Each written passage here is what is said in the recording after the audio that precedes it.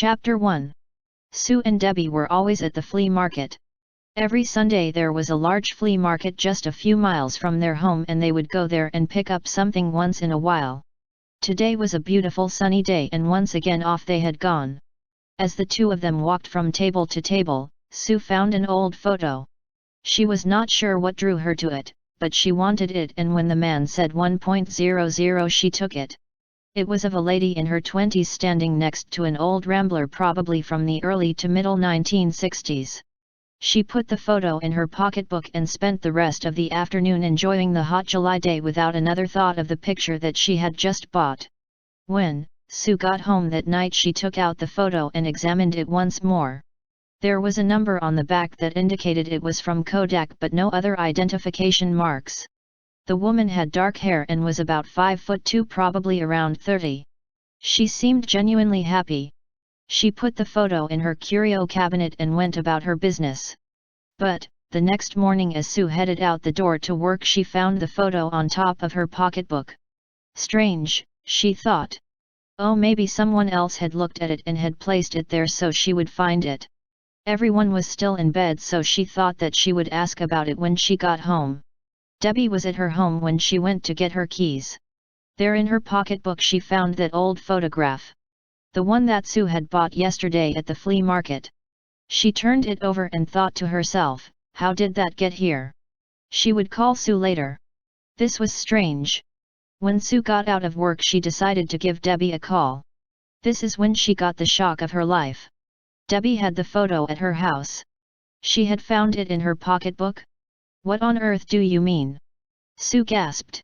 I had it in my curio cabinet and then I found it on my pocketbook this morning. I left for work and never came anywhere near your house. I am just leaving work right now. She cried out. Debbie thought about it for a second and said, well, I'll bring it over. But, just then Sue looked down in her side pouch of her pocketbook and saw the photo there. She nearly ran off the road with her car as she went to grab the picture. She pulled the car over and stared down at the old picture. Yes, this was the one, she was positive. Sue had been silent for so long that Debbie was calling her name. Oh Sue? Hello, are you still there? She called out to her friend. Sue's voice was shaking as she said to her friend, where is the photo now? It's here in my pocketbook. Debbie told her. No it isn't, it's here in my pocketbook. Sue nearly screamed out. What are you talking about? It is here, right here. With that Debbie started to desperately look for it. She was sure it had been there just a few moments ago. She had been looking at it. How could it now be in Sue's pocketbook almost 10 miles away? She said nervously, I'm on my over to your house. Sue and Debbie were at the house just talking so fast and loud that Sue's daughter came downstairs and said, what's wrong? Sue looked at her daughter Emily and asked her, have you ever seen this picture? Emily looked at the picture and shook her head. No. Why? Sue took the photo and shook her head. I bought this old picture at the flea market yesterday. I put it in the curio and went to bed. When I got up I found it in my pocketbook, she told her, shaking. Mom, you probably just made a mistake. It's nothing paranormal. Emily told her. Debbie and her mom were always doing something with ghosts and she didn't believe in them. Sometimes they could be quite irritating. Sue and Debbie started talking all at once and Emily had to calm them down. What do you mean you found the photo in your pocketbook, Debbie? I don't know. It was just there. I haven't seen your mother since yesterday. There is no way she could have put it there. Debbie told her. I saw it in my pocketbook at work. Something weird is happening. I can't wait to talk to the guy that sold us the picture on Sunday. He is always there. Sue was now in a mode that no one would be able to stop her in. She was going to find out who the woman was. Debbie knew the look on Sue's face oh too well. This was a mystery and there would be no stopping her now. Sue took the photo in her hands and went over to the table and got out her magnifying glass. The first thing she wanted to do was to identify the car and the year and model. She was pretty sure it was a Rambler, but she wasn't sure of the year. There was a license plate on the back, but she and Debbie couldn't make out the license plate number. They could see 3 letters and the state of Massachusetts. They would have some trouble finding it. But, now the two women were on a mission. They went to Walmart and blew up the picture, and some young worker helped them bring it into focus. The license plate number was now clear. They had the number Massachusetts 865,264. Perhaps her son who worked for the police could help them. Debbie thought. She told Sue, I will talk to Mike and see if he can find anything out. This was good news because perhaps they could find out who the woman was in the photo. It was very clear to them that she wanted someone to look into something that might have happened nearly 60 years ago.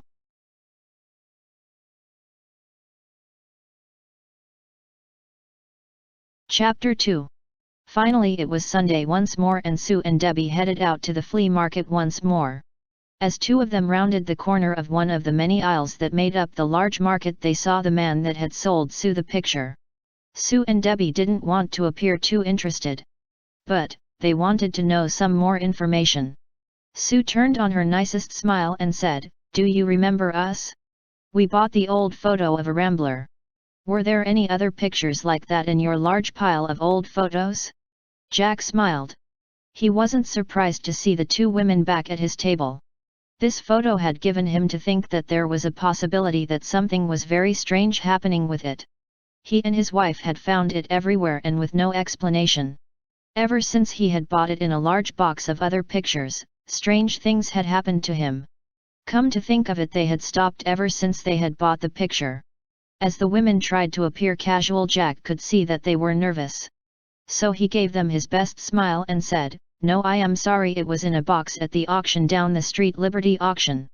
They might be able to tell you where that one picture came from." Debbie had been looking at dozens of photos that the man had and saw that the one picture was much more modern than the rest of his photos. She looked at the man and said, "This photo doesn't appear to be like your other photos. Why did you put it on your table?" That was an interesting question indeed.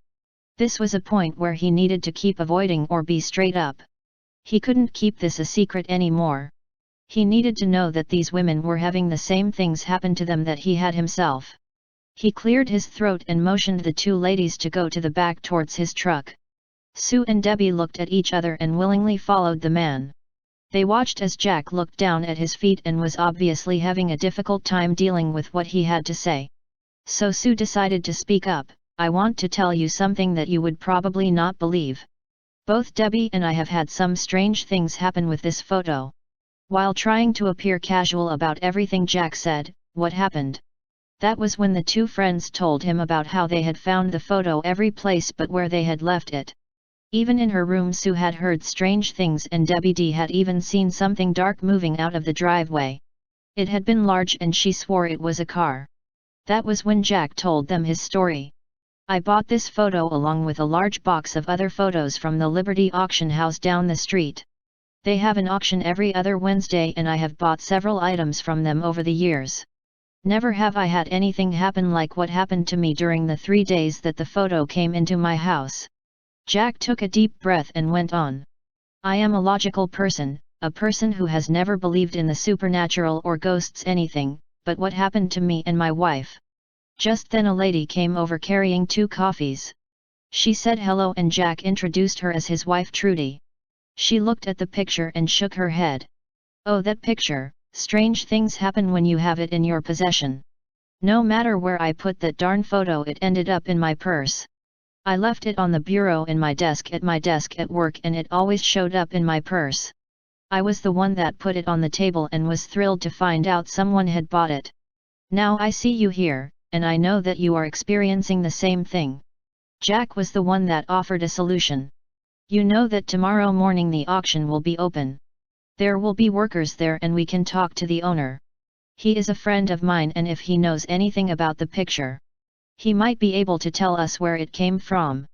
And so it was decided that they would all meet at the auction house tomorrow morning at 10 a.m. Liberty Auction was a small auction house just down the street as the man had said. Jack and Trudy were already there. He walked into the auction house and introduced them to Mark, the owner of the auction house.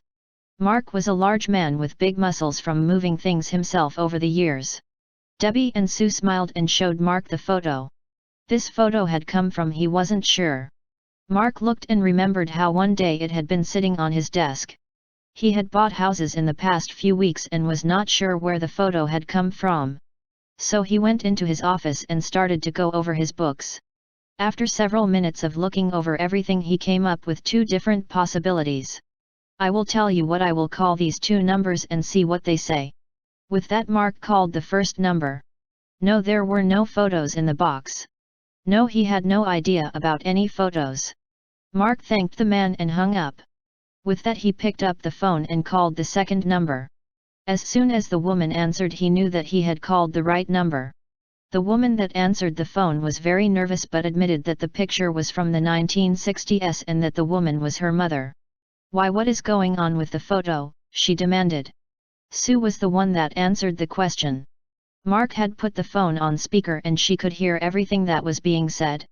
I collect old photos, and last Sunday while at a flea market I found an old photo of a woman standing next to a Rambler station wagon. That darn photo, Donna thought to herself. She had found it loose in an old photo album of her mother's.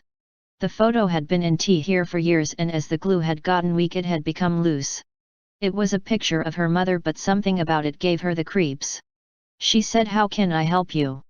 They had reached the right party. Now what could this lady tell them? Sue wondered. Chapter 3. Sue cleared her throat and said, "This photo seems to have some kind of energy. I know that some people believe while others do not. I happen to believe that objects can hold some kind of energy. The photo has been found in places that are impossible for it to be. It showed up in my pocketbook and my friend's pocketbook moments apart, and yet we were over 10 miles apart." To the non-surprise of the group, Donna made no sound of disagreement. As a matter of fact, her silence spoke words to them. Finally, after a few minutes, Donna told them that the photo had been with her mother for years. Nothing had ever happened until she had gone into the nursing home. "I found the photo loose and picked it up. There is no way to describe it, but I felt uncomfortable. It was a photo of my mom near our house and she looks young and happy. When the photo disappeared and I realized that somehow it had been put in the items up for auction, I was glad. The photo should have been with the album, but I saw that it was not there. I looked all over the house and that was it." "Do you have the photo with you?" she asked. Sue told her she did. "Do you want it back?" she asked. Donna nearly jumped out of her skin. "No, I don't want it back. But, you can talk to my mother about it. She is at the nursing home in Mansfield named Hogan's." Sue smiled. "I know the place." The group thanked Donna and Mark and made the decision to go and see Donna's mother Kathy at the nursing home. Kathy was in a nursing home some 8 miles away and the group decided to go there together. The two cars met in the parking lot of the nursing home and went on in. They found Kathy in her room watching television. She was happy to see someone new coming into the room. She turned off the television and smiled at the 4 strangers who had entered. Each one of them introduced themselves and smiled at the lady. "How do you do? I am happy to have company. What brings you to my room today?" At this point, Kathy was wondering what these people wanted. She didn't think they looked like medical people. Sue once again was the one to speak up. "I am a collector of pictures and last Sunday I found a photo that I hope you can tell me something about it." She handed the photo to Kathy and waited for her response. Kathy took the photo and looked at it. It was a picture of her in front of her house in front of her new car. It was a Rambler and that was it as far as she knew.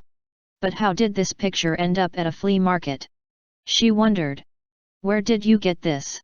"This is me, but the last time I saw this picture it was in one of my photo albums," she told them with a very curious face. Jack was the first to speak this time. "I have a table at a flea market in Andover. I bought a box of photos at an auction in town and this photo was included in a large lot of other photos. Sue bought the photo from me.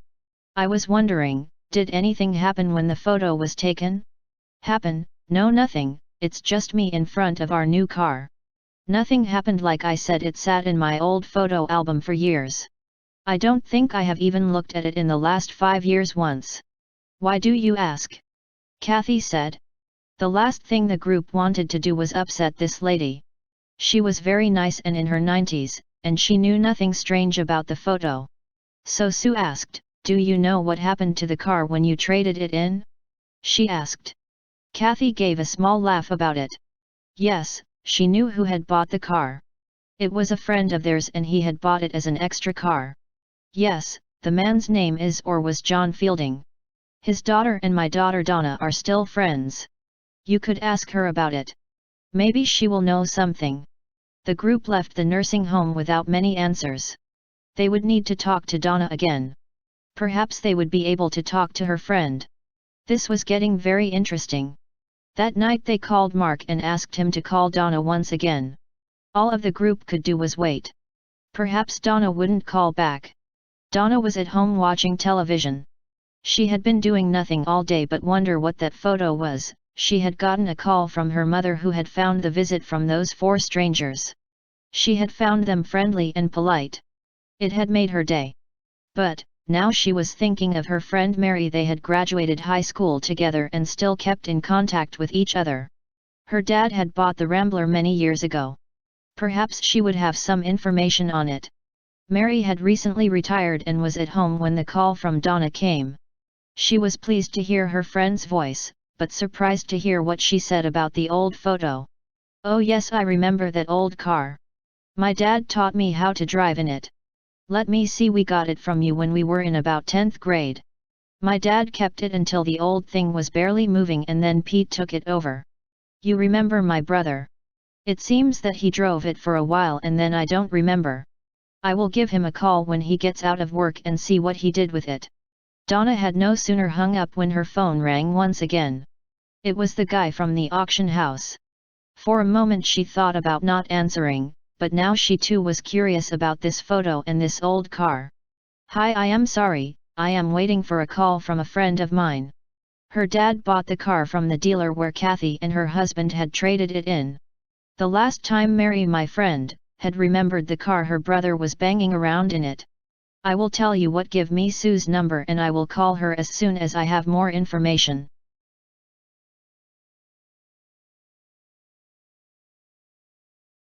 Sue took out the photo and looked at it once again. As she turned it over she still didn't see anything, so she decided to try to talk to it. If there was a spirit connected to the photo, perhaps that spirit could hear her, she theorized. I know that you have something that you want people to know. I know that something must have happened to make you so determined to communicate with us. I am working on finding out what has happened and will do everything in my power to make sure that whatever you want to be known will be known soon. I will speak to you as soon as I have an answer. With that, Sue hoped that the photo would stop popping in and out and settle down for a while. When Pete arrived home from work and saw that his sister had called, Mary didn't call him enough and so he decided to call her right back. The old Rambler, that was a car for him to remember. Yes, he had driven it into the ground just about. Did anything happen with it? Mary asked him. No. It was so beat up when I was done with it I gave it to my friend Greg. Oh, how could I forget why that car was bought back from that guy in Northfield that had in his mind that he wanted to save every Rambler ever made. The guy has been dead for years, but his house is still there. I was looking for some parts for my old motorcycle the other day and I talked to the new owner. Just one moment, I have his number here on my phone. Yes, here it is. His number is 413-498-0000. Kathy thanked her brother and gave the number a call. Steve answered the phone. He had taken over the business and had gotten rid of many of the old cars. He had done so because he had so many complaints about the mess. He had installed a tall fence, but the complaints from the townspeople had still been forthcoming. So he had sold many of the old cars. The good thing about the sale of the cars was that the price he had gotten for them was more than he had paid for the whole house and property. It seemed that the prior owner had been right. These parts were worth a lot more money than anyone could have imagined when Rambler had gone out of business so many years ago. So you say it was a 1963 Rambler that was bought sometime in the 1980s? And the name again? I am sorry, it's going to take me a while. The paperwork was quite thorough though, and I am sure that I can find the information. I will give you a call as soon as I find out anything. He promised, and Kathy thanked him for his time.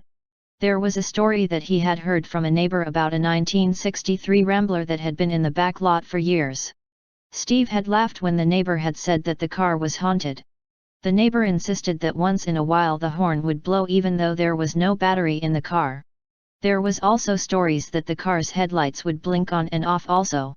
This happened years before he had owned the house, but years after the car had been junked. Strange, is this the car that this Lady Mary was asking about? Now Steve wanted to know what was going on too. Pete now found himself thinking about that old car too. He had been very young when his father had allowed him to take it and fix it up. In fact, he had still been in high school. There had been a lot of partying in the car and lots of girls. He had fun and most of his memories were wonderful. What did the car want or what was going on? He thought of the one night that the memories had not been good. The night had haunted him for years. It was the night of the senior prom. Pete and 3 of his friends were all dressed up in tuxedos and had headed out to see their then girlfriends. They had picked up the girls and crowded once more into the old Rambler and had headed out to the prom. Greg had always been the wild one of the bunch, and when he was drinking he could be known to have a mean side. He and Patty had gotten into a fight and Patty had left the prom. She had called her father and the mood was surely spoiled that night. But, it had ended with them all going home and nothing else had happened. Greg and Patty had later gotten married and had a couple of kids. They had moved to another state and he hadn't heard from them in years. Greg's mom still lived in town. He wondered, should I call her and ask how Greg is? He decided he would call her and she was thrilled to hear his voice. "Why Pete, it's been too long since I have seen you. How are you and your family?" she asked. "Everyone is fine. I was wondering how Greg is. I haven't heard from him in years and our class reunion is coming up soon." Pete told her. "A class reunion, how nice. Well, you know, ever since Patty left, Greg with all the children to take care of, life has been very hard on him. She just up and left him one day without a word, nothing. No one has seen or heard from her in over 10 years. She told him. No one had seen or heard from Patty in over 10 years. Where could she have gone? The last time he had heard from her, she loved being a mom. She had been a foster child and had never really known her parents. She had always wanted to give her kids the kind of life that she had never had a chance to have. It didn't make sense to him that she would just up and leave and never contact her children again. Is this why the Rambler is acting up? Why an old Rambler? What could be the possible connection between an old car and the mystery of a woman who had disappeared over 10 years ago have to do with one another? He must have been quiet for a long time because the next thing he heard was Greg's mother saying hello. Pete said, "I'm sorry, I was just thinking about all the good times Greg and I used to have. Is there any way that you could give me his number?" "Oh, no problem." Once Pete wrote down Greg's name and number, he thanked the lady and promised that he would contact her more often. But for now he wanted to talk to Greg. Chapter 5. Greg threw another bottle of beer in the trash and was getting up to get another one when the phone rang. Oh my God, it's Pete. His friend from high school. They had been so young and innocent back then. But, why was he calling him on this day? He hoped that everything was okay at home as his mother was getting up in age. With those thoughts, Greg picked up the phone and said, "Pete? What a surprise to hear from you. It has been all too." The sound of his old friend's voice was warm, but Pete could sense that he had been drinking. The fact that he was drinking was made more certain by sound Greg opening a can of beer. "Hey, you won't believe what happened here yesterday. A local lady was at a flea market and bought an old photo of your and my old Rambler. The story that goes along with it is something else. They claim that the photo is haunted and that it is haunting them." Just then a book that had been sitting on his bookcase for weeks flew across the room, nearly hitting Pete. The book had not been moved and the case was secure. Pete could hear Greg talking but was too busy studying the book and the shelf. "I'm sorry, old man, I don't know what you said. Something just happened to me that is very strange," Pete told him. The old Rambler. The one that he had fixed up and used when he had lived in his hometown. By the time Greg had gotten it, the car had a blown transmission and the exhaust was held on by a coat hanger. He had ditched the car at Old Man Clark's for a good reason and did not want to think about it again. But here it was haunting his memory once again. Oh yes, he remembered the car well. He had junked it and left town. Greg was not going to let his secret be found out no matter what anyone said. Finally, after several years and a lot of work, Greg and his family were finally putting their lives together. Greg was now on Social Security and his 2 girls were collecting from it too. After almost 10 years there had been no word from his ex-wife Patty and he had finally gotten widow's benefits. Widow's benefits, what a joke. Patty, he knew where she was and it sure wasn't alive. Living in a small town where everyone knows everyone, and everyone else's business is hard when a marriage is not working out. Patty had gotten a job at one of the local supermarkets and popped out 2 children in the 2 years that they had been married. Greg, on the other hand, had not been able to find work and had gotten depressed. As a result of his depression, he had drank way too much and had been abusive towards Patty. The police had been called on him a few times, but they were all buddies of his and his parents had money, so nothing was done. 10 years ago to the day next week was the day it happened. Patty had gotten home from work and Greg wanted to take the car. She could tell that he had been drinking and tried to stop him from leaving. That had not set well with Greg and he had hit her once again. But, this time she had fallen against one of the end tables and she wasn't getting up. He kicked her and grabbed her by the hair, but there was no response. He had killed her, or so he had thought. The girls were only 1 and 6 weeks old and did not understand what had happened. So he had picked Patty up and carried her to the trunk of the car. The old Rambler was the car that he carried her body in for days. He had taken the 2 girls with him, but could not find a place to bury the body. Everywhere he went someone was going to find her, so he had driven around with her. But after 3 days the smell was awful. There were flies too, and he had decided to bury Patty in his parents' backyard. It had been easy for him because they had been on a cruise and by the time they came back the lawn looked almost normal. He had put her near the old garden that they didn't use anymore, and 10 years later she still hadn't been found. So someone told you that the old girl is haunted? By who? Why? Greg laughed. Pete noticed that although Greg was laughing he was obviously nervous about something. He decided not to say anything more about the car. Well, actually Greg, I am calling about our class reunion. Is there a chance that our little group could get back together? We haven't seen each other for over 10 years. Greg thought about it for a moment. Perhaps it was time that he went back to that one-horse town.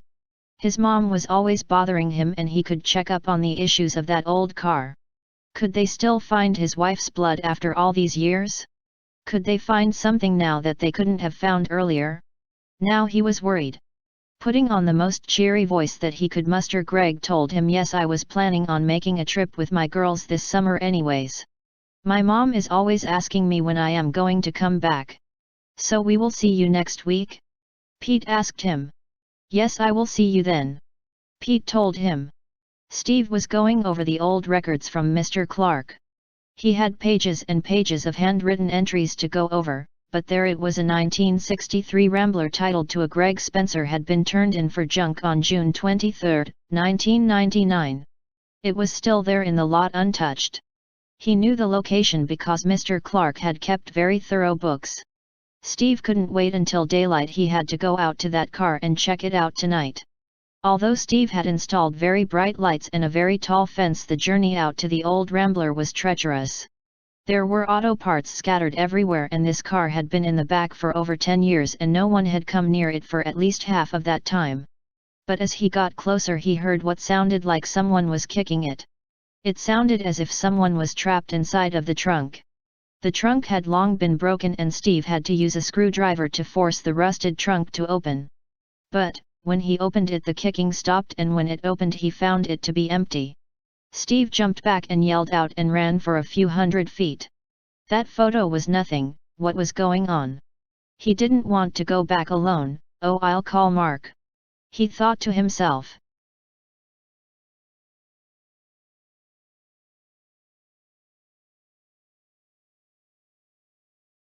When Steve got to an area where could get a signal he called Mike and Pete. He wanted as many witnesses as he could get. This was something that he could have never imagined. It was late but the 3 men couldn't wait to find out what had gotten the man at the junkyard so hyper. He was so excited and just wanted to make sure that what he had seen was not his imagination. The 3 men arrived in different cars. They came right away and parked just outside the junkyard fence. Steve came right over and shook hands with them. He didn't want to tell one of them without the others present. So finally the men were all together and Steve had a chance to tell them what had done. Steve was starting to talk to them when they heard a car horn. Why, that horn was just wailing and non-stop. The three men looked at each other, all knowing that what was happening was impossible. None of the cars in the junkyard had batteries in them. But that horn sure was blaring. Pete could have run right then, but he was so curious. They all looked at each other and went towards the sound of the horn. Sure enough, the horn noise was coming from the 1963 Rambler that had belonged to Pete, his dad and Kathy during its long life. They could see that the trunk had been recently opened, so with a great deal of caution and their flashlights set at the highest brightness they walked over to the trunk. The strange thing was that once they had reached the car, the horn stopped blaring. The trunk of the car was rusted through, but the old rug was still there. In the dark it was very hard to see much of anything. But they decided that the best thing to do was to call the police. Something was wrong, something or someone was trying to contact someone. Sergeant Shepard had been busy at his desk once more looking over the report of a missing person. Patty Billings had been a local girl and had disappeared some 10 years ago. She had no family except her no-good husband Greg, and he had taken it upon himself to find out where she was. Had she been seen by anyone? He had no record of her social security card being used, no movement of anyone with her name and age. She had disappeared and never seen. Oh, she had good cause to leave her husband, who was known to beat her up, but why would she leave her children? He was working the night shift on his own time, once again looking into any information about Patty, when he heard the dispatcher talking to someone about a car and possible evidence from an unknown case. As Sergeant Shepard pulled into the driveway of the large old Rambler junkyard, he saw three men standing there talking very quickly and loudly. They were very excited about something and he was wondering what it was. As he approached, the men stopped talking and introduced themselves. He knew Pete. Pete was a good man who had grown up in town and was well respected. If he was excited about something happening, he was sure that something had happened bad enough for him to contact the police. Pete smiled at the sergeant. He had known Bill since they were young. He had been on the same little league team together.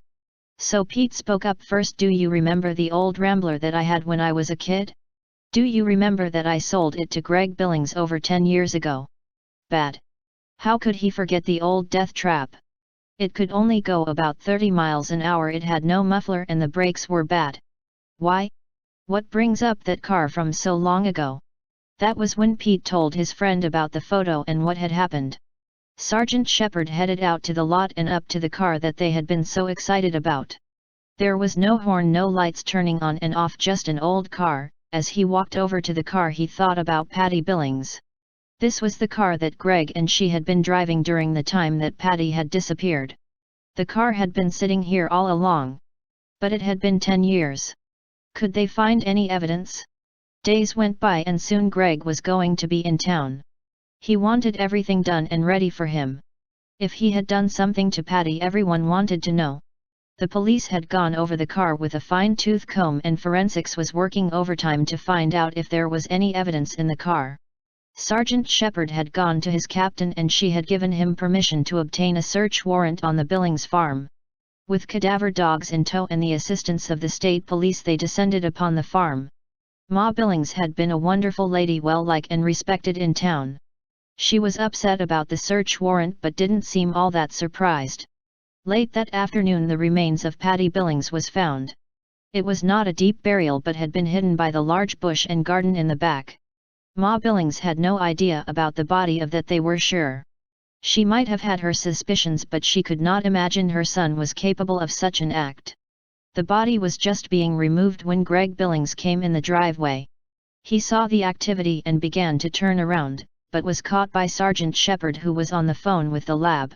There was blood detected on the blanket. After all these years it was still there. That night Sue brought the photo back over to Donna's house. This belongs back in the photo album along with the rest of you and your mother's memories. She told her. As for Greg, he went to prison. As for his two girls, they now live with Grandma Billings.